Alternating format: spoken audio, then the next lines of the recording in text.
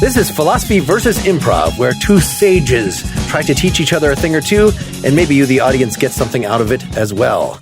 But in life, there are no guarantees and no refunds for your precious, precious time. I'm Mark Linsenmayer. I've studied philosophy in and out of school for more than 20 years, taught it here and there, and my philosophy podcast, The Partially Examined Life, has been downloaded something like 40 million times. But when I was a kid, I wanted to be in comedy. And I have, over the last couple of years, been convinced that improv is something that I really should have gotten some training in, but never did. And I am Bill Arnett. I've been involved with improv comedy for 25 years as a performer, teacher, and producer. I was the training center director at the I.O. Theater in Chicago and left 4 years ago to start my own business, the Chicago Improv Studio. I'm the author of the book, The Complete Improviser, and while I've never been formally trained in philosophy, people have told me my approach to improv is philosophical. But is it? Well, that's the question, isn't it? So each of us has something in mind to teach the other person today. We're not just going to state it up front, and we're not going to take turns. Sure. Those are the only two rules. That's fine, man. That's fine. Please give the opening salvo, and I'll see if I can awkwardly work in some question or point related to philosophy in response. You got it. Somewhere. Well, here you go. We've already been improvising. At no point did we, with the exception of our little prepared intros, our other little speeches and things, we're not prepared. And I have not prepared what I'm saying right now. And you haven't prepared to hear it either.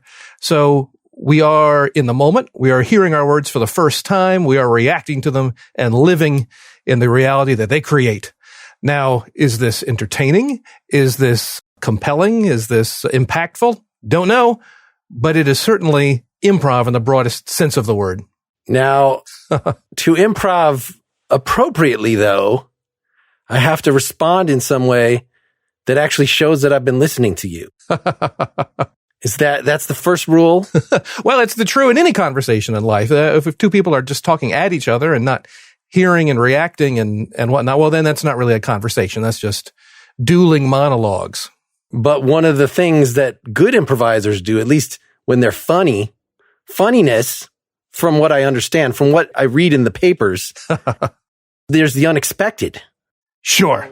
So I can't, if I'm merely answering yes or no, I mean, you might not get that, but what if, for instance, I responded to your question with a question like, do you think murder's bad?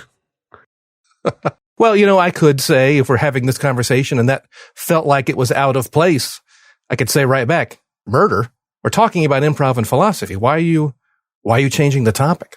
Why are you going somewhere else? So just being unexpected is not enough to make it funny. Well, unexpected, it takes two to tango. It's only unexpected if I'm not expecting it.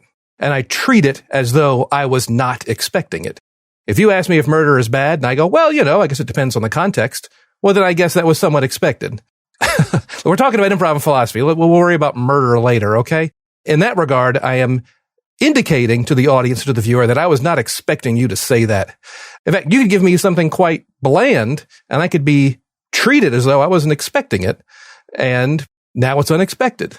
And I know people are expecting me to just keep trying to ask you about murder. But I'm going to switch to stealing. Do you think maybe stealing is bad? Okay, you're doing it again. But that's the whole idea, is that it's easy to look at improv and see the result of good improv and confuse the result with how do we get there. And the getting there part is often letting go of expectations, letting go of what should be happening or shouldn't be happening or what is or what isn't funny, and instead choosing to live together in this imaginary world and allowing things to occur, yet always being aware and open that something interesting may happen. Interesting, quote unquote. And of course, in pretending that I don't know what humor is and that it's just anything that is, I'm taking really a philosopher's stance of backing off from the topic. And why else would I ask you? Of course, I know if you were going to deign to answer that murder is bad and stealing is bad, it would only be rhetorical. It would only be because I'm trying to establish a baseline that everybody kind of has some things in common. And there's going to be some further point made from that, since that would not be interesting in itself. Sure. The talking about interest or disinterest, and if you think about movies or TV shows or anything, some things are interesting and some are not interesting. Harry Potter is fantastical, very popular. disagree that it was quite popular. The Twilight Saga, not as popular, yet equally fantastical. What Harry Potter has in common with other forms of good literature is that we understand the people and we believe what we're hearing. We believe what we're reading, even though it's fantastical. It's like, yeah, I will willingly suspend my disbelief to believe what I'm reading in this Harry Potter world. Bad science fiction, bad fantasy stuff, we can't believe it. I know it sounds strange that we can believe Tolkien, but we can't believe some late night sci-fi channel movie. Now, one of the things that seems like, I'm trying to remember if there's any scene in the Twilight franchise where they hang out in a bathroom and there's a ghost there. Because that's the kind of mundane details that makes the Harry Potter movies relatable, that these kids are going through these things. And at least the films, I don't know about the books, of Twilight, yeah, they're in class, but like, you don't remember the names of any of her classmates. They're bland and terrible. Well, I think that's totally it. I think you would agree that some people are good storytellers and some people are poor storytellers. Some people are good joke tellers. Some people are bad joke tellers. Even with the same joke, I can find someone who can hit it out the park and I can find someone who can do a terrible job of it. And I think that difference between the good joke teller and the poor joke teller is something about believability, something about relatability, something that when this good joke teller, a good stand-up is telling a story, you know, if Dave Chappelle is telling a story, it's like, I think that really happened to him. I really think that happened, even if it never did.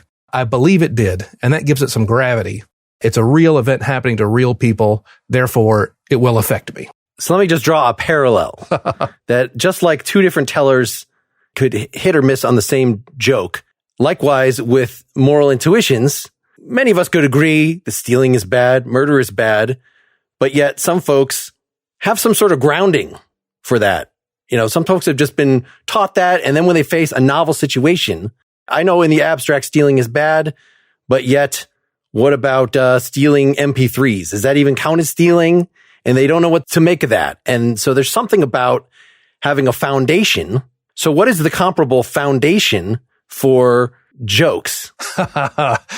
Well, you can't guess anyone else's sense of humor. That's hard to do. You also probably, the giant caveat is that there's lots of different kinds of improv. Comes in so many different flavors and forms. And it's like music. It's like, hey, you like music? Boy, let's listen to music. Music sure is fun. And it's like, well, what kind of music? I mean, there are genres and subgenres and subgenres. You know, you like heavy metal? Well, I like thrash metal. What about death metal? Only if it's pre-86. You know, we get so fine in defining these things. And the same thing can be true with comedy and whatnot as well. For everybody who loves seeing someone slip on a banana peel, there's another person who's going to say that's derivative and hack. A child who has not been exposed to much of life may find certain things funny that the rest of us that we've seen a million times and know that the person who's making the joke is intentionally making a joke knowing that it is quote unquote funny. And we can see through that sometimes and don't think much of it. So there's still the distinction that you might make between somebody who's just done it a lot, right? You're talking about somebody who's had experience not only seeing, but trying to replicate in some way in their own lives, in a professional capacity, whatever, comedy. And that it's only when you try it a lot of times and sort of work out the art of doing it. Much like if you're trying to, you know, a young person is not going to be as morally experienced, is not going to know when they hit novel situations, how to apply their abstract principles that they've been taught. Or, sure, you know, I guess even in entertainment, we have a lot of moral exemplars, but usually they're pretty simple, right?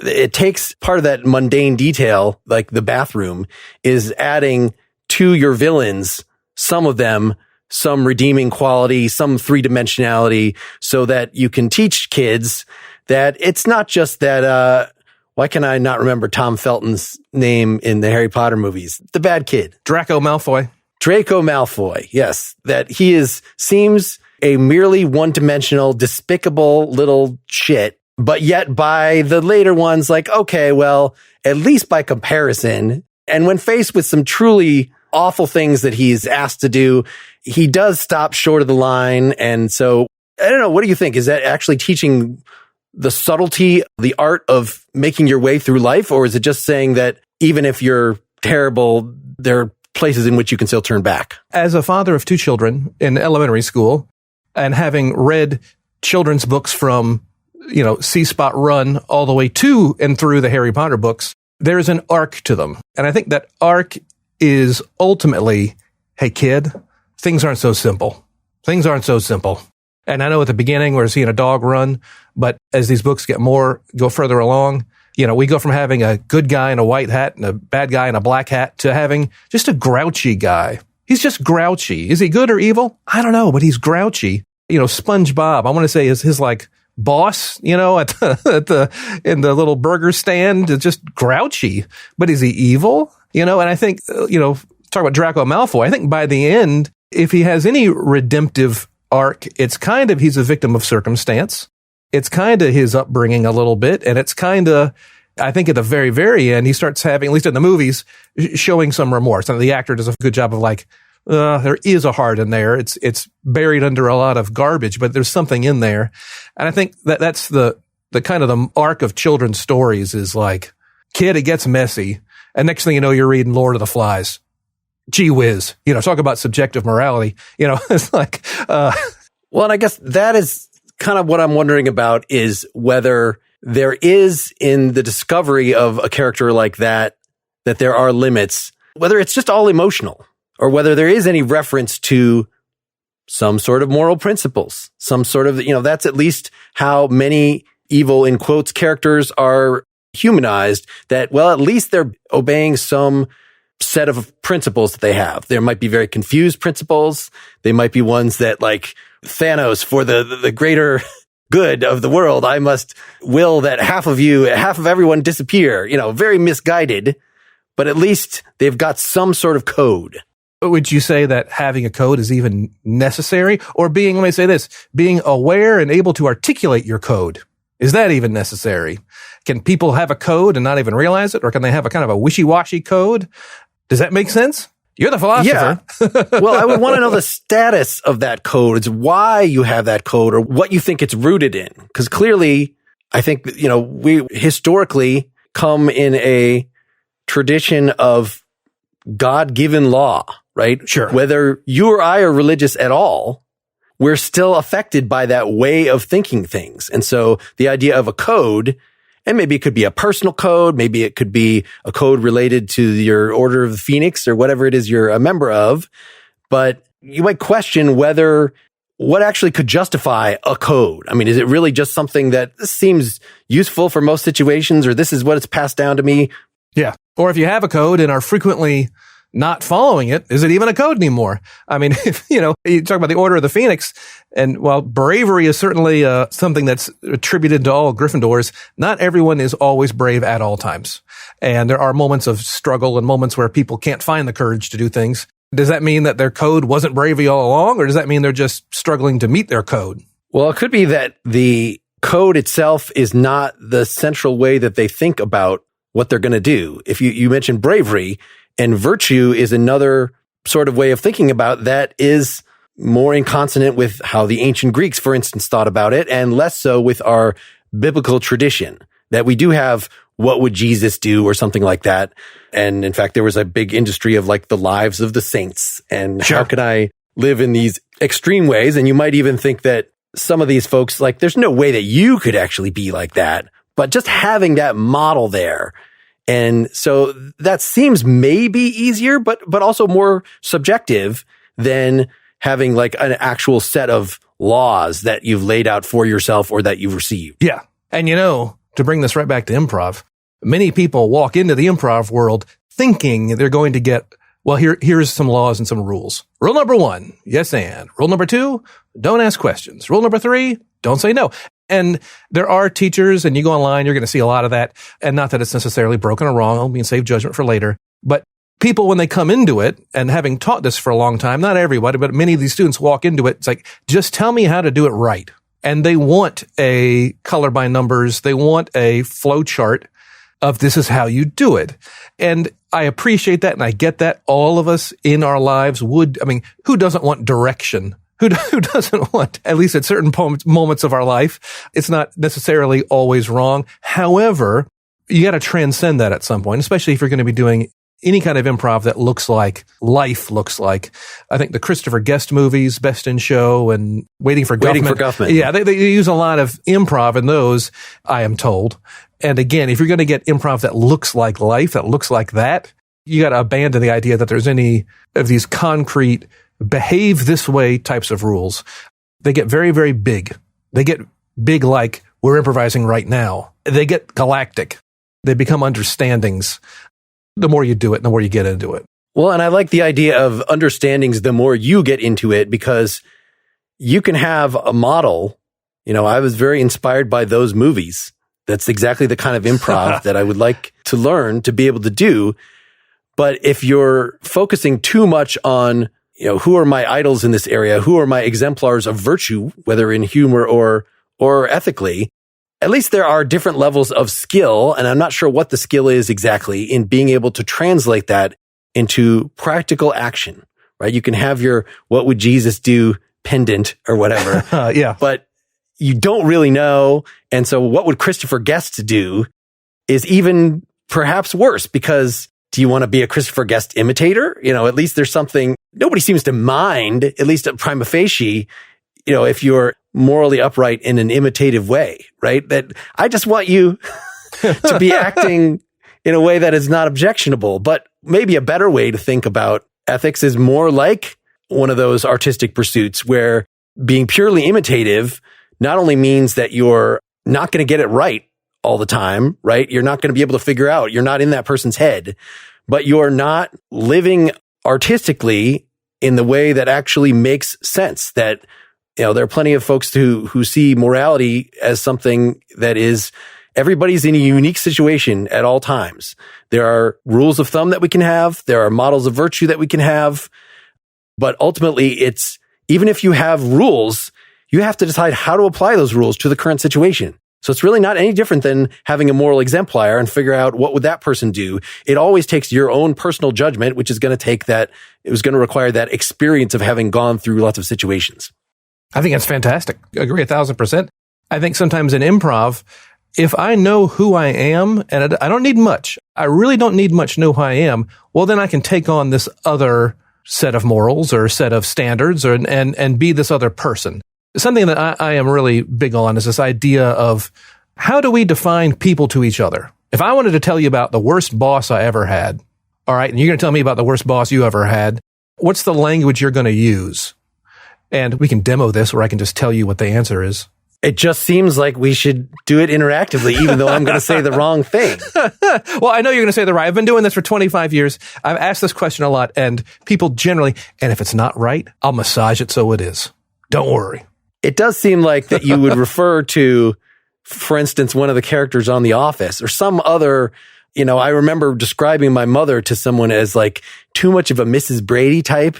And he didn't know even what that meant, because this was a person who was like a real sage in the community of the college that I was going to, thereby did not watch TV. So yes, having those references, which we're all kind of embarrassed about a little bit, knowing because they're from pop culture. So not if I said, oh, it's like Flaubert's, you know, a hero, and like you probably wouldn't even know.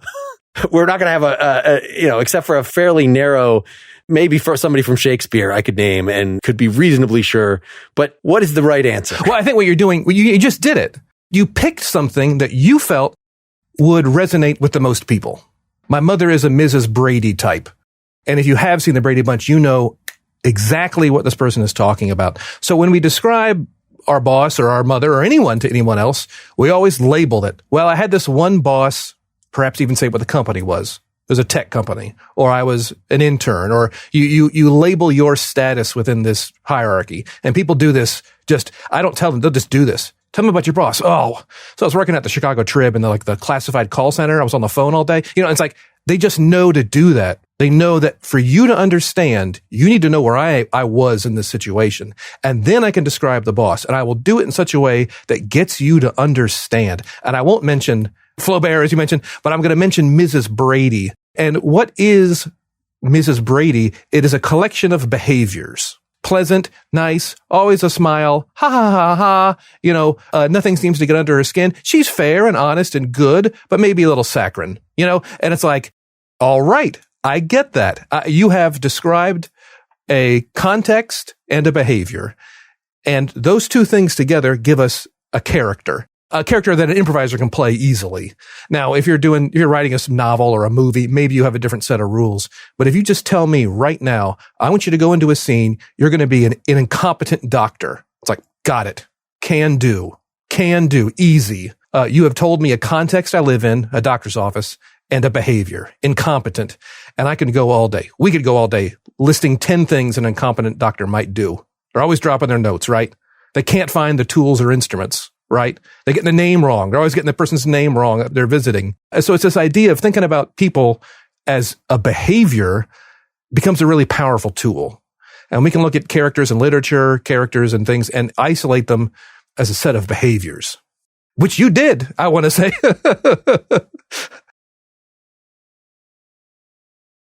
Is the death of improv thinking too hard, pausing too long, setting up too complicated a problem for yourself?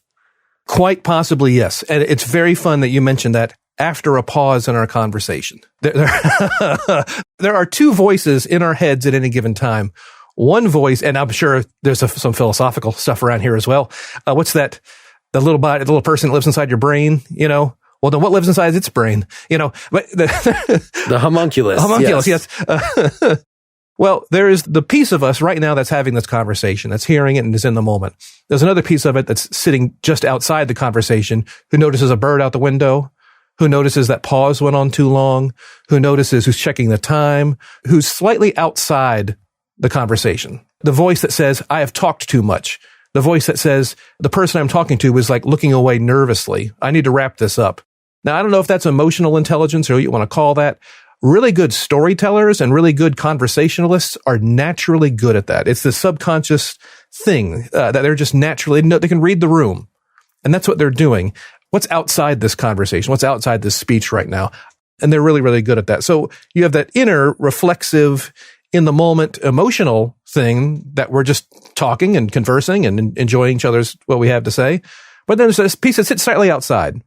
And it's a little bit judgmenty. And in improv, that voice can say things like, you're doing it wrong. You're not funny. This isn't any good. And that can be the real, or this doesn't match what Christopher Guest would do. And it's that voice that stands outside that when it's saying the wrong stuff gets us in trouble. Well, and that is probably why I'm interested in why I became, I don't want to say a philosopher. People who are into philosophy, unless they're professional philosophers, don't like to say they're philosophers. But how much philosophy have I written today? I don't know. But I'm going to go with it. Philosophic sages, I'm going to overstate now. No, somebody who has an innate sense of alienation is more likely to become a philosopher because you always want to go meta. So I'm clamping my teeth since we've reached sort of a point where I'm trying to think about, have we both made our points? Have we achieved what we're setting out to achieve here? And some of my early influences in comedy were folks that were meta and ironic about everything and being able to break the fourth wall. But yet that in itself becomes kind of a tired shtick. And it is a way of dodging responsibility. So to connect this to ethics again, you could be in a situation, and a common thing a philosopher might do is to get wrapped up in which rule am I applying? How am I applying it? Let's look at the precedent cases. Let's compare. You've got too many tools that you're bringing to the table. And it's usually to actually make a decision. You just kind of have to throw all that away, which is one of the reasons why there's been professors who teach ethics are not necessarily any more ethical than anybody else. Yeah. Yeah. That there's something even about this art of living that once you abstract it, once you step away to codify it, to talk about the history of how these things have been thought about. I mean, that still might be good if you're making public policy decisions. You probably don't have to make them in the moment. But in terms of actually dealing one-on-one with a person, I often think about, there's these like candid camera kind of ethical tricks that people play to see how corrupt everybody else is. Like let's put a dollar bill on the ground and we'll see. And, or let's have a wallet fall out of somebody's pocket and we'll, then film the person who, this is done in front of. Do they give the wallet back? And I feel like I always fail that kind of thing because and that it's cheating. I need to be able to stop and abstract. And so as time goes on, I've gotten certainly better about not saying the wrong thing. But that's sort of the story of the problem that I have with improv is just going with it, making a decision, committing to it, and not stepping back and trying to analyze it. Totally. Welcome to the club. You are far from alone. I think that's a great thing. And I think certainly if there are some interesting philosophical differences between improv and, hardcore philosophy is this notion of, well, at improv, you can't step away. You're going to have that voice that is outside. And if that voice is sharpened and honed, it's going to have some good advice for you, but it's all in the moment. It's all very, very short term. It's all very narrow. A lot of people use sports analogies. You don't have time in a football game. You've either got your blocking technique down as an offensive lineman or you don't. And when you're in the game, you're either executing your blocking technique or you're not. Chances are you're not like, what did coach say again? If the defensive end uses a swim move, how do I move my feet? It's like, no, you either know it or you don't. In that regard, practicing improv, burning through a bunch of scenes so you're not just nervous about it is going to be helpful. Something I do with young improvisers all the time is like, let's just be in a doctor's office. Let's be somewhere So there isn't much judgment. You can fake being in a doctor's office. I bet you and I could fake a doctor's office and record it and put it up online and say, hey, check out this doctor's appointment I went to. Just a checkup. I bet we could fake people thinking it was a real checkup. Podcast gold. Well, I'm telling you, if you it wouldn't be a funny doctor's office. It would just be a doctor's. It would be mostly waiting. Exactly. Yeah. But if people believed it, well, then we're accomplishing that thing I said earlier about good storytellers, good joke tellers. You believe them. Harry Potter, we believe more than Twilight. So if we can get people to believe us that what they're seeing is reasonable and actually true, well, then being funny is easy. That's a hair's breadth away. And maybe next time we can talk about that, transitioning from being real to being funny. But if we can get people to believe what they're seeing, then being funny is, I wouldn't say trivial, but simple. So do you think that we fooled people into thinking that this was not entirely scripted?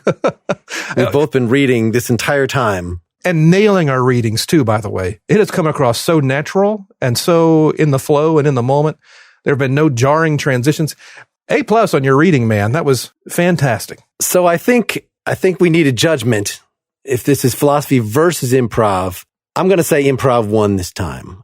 I feel more profoundly changed than I bet you do about what I had to say about ethics. What do you think? I enjoyed what you had to say about ethics, but I would say that most of those things, while they were fun and exciting and cool and certainly made me think, they did follow perhaps something I had laid down first.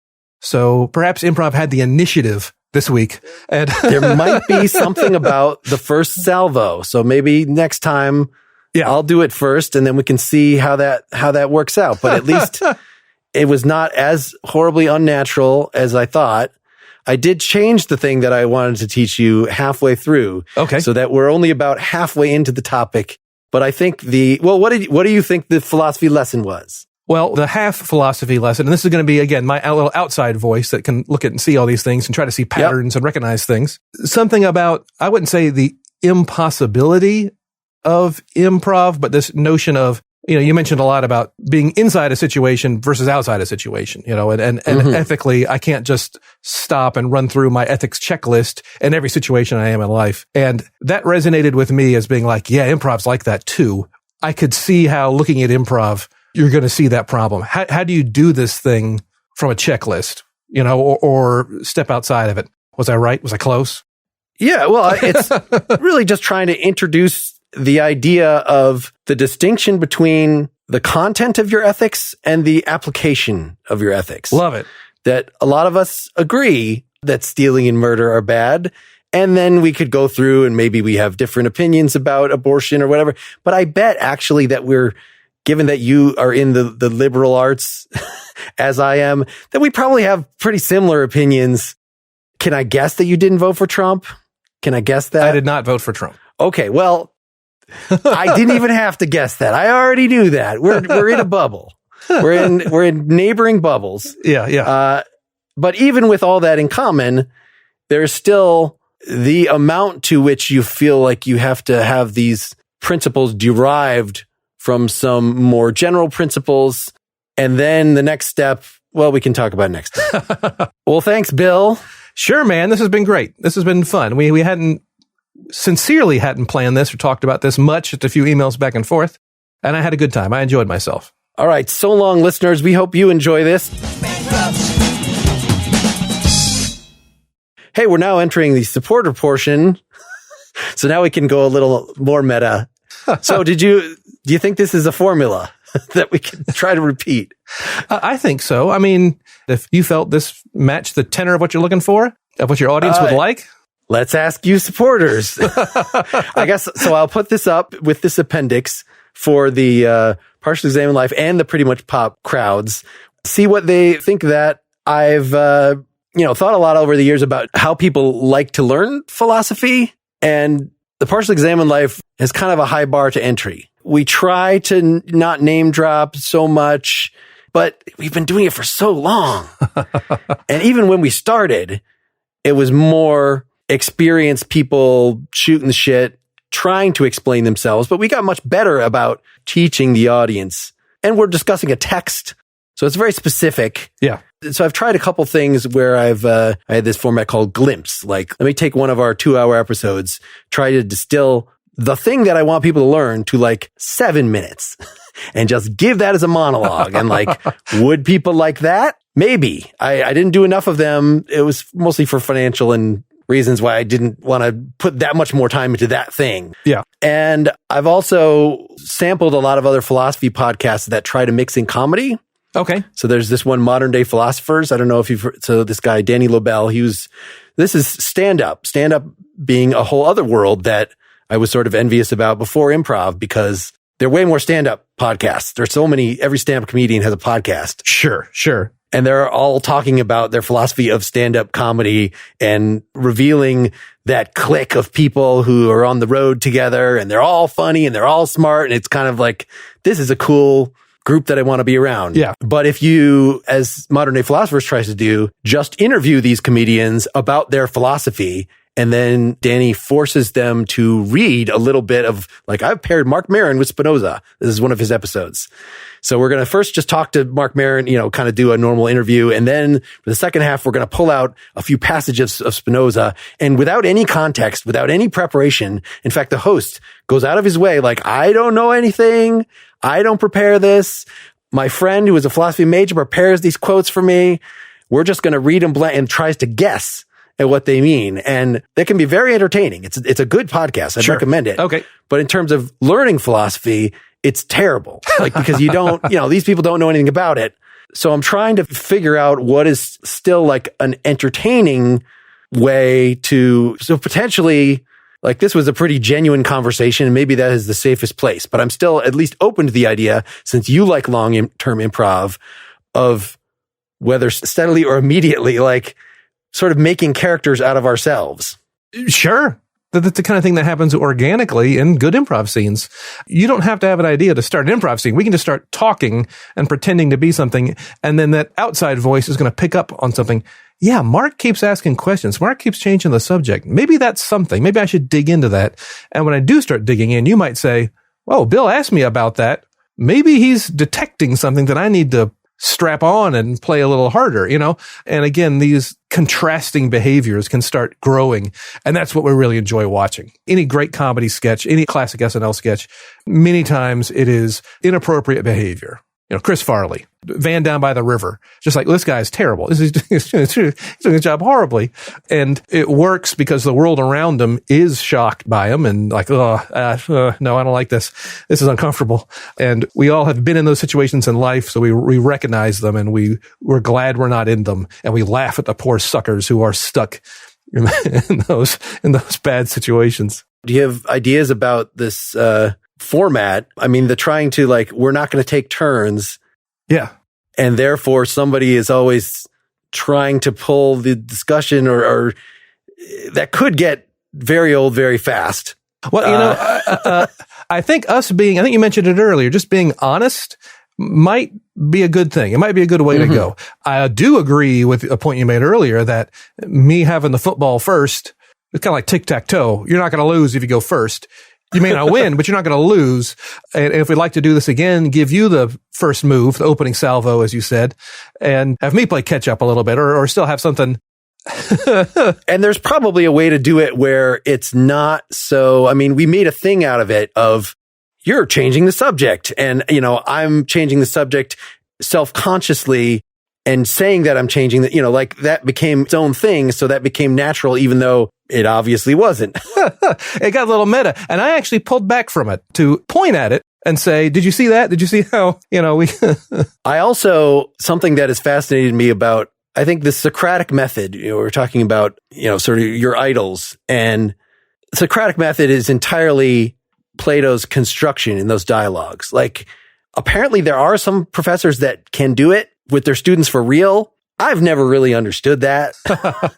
Yeah. And even though I didn't quite, I kind of gave up the idea of trying to get you to say the point that I eventually wanted made, which I'm saving for another podcast. But I kind of, by just changing my mind and deciding that, no, actually the point is just going to be the difference between virtue ethics and rule-based ethics and how both of them require, well, it's actually called phronesis, the practical wisdom to apply to a given situation. I ended up just saying that because it seemed like, I don't know, whether I, reached my endpoint too early by doing that. It's just something that I should have prodded you more on to get you to say something in that neighborhood rather than just giving the game away. Believe it or not, this is the kind of conversation that improvisers have after shows all the time. Straight up, I'm serious.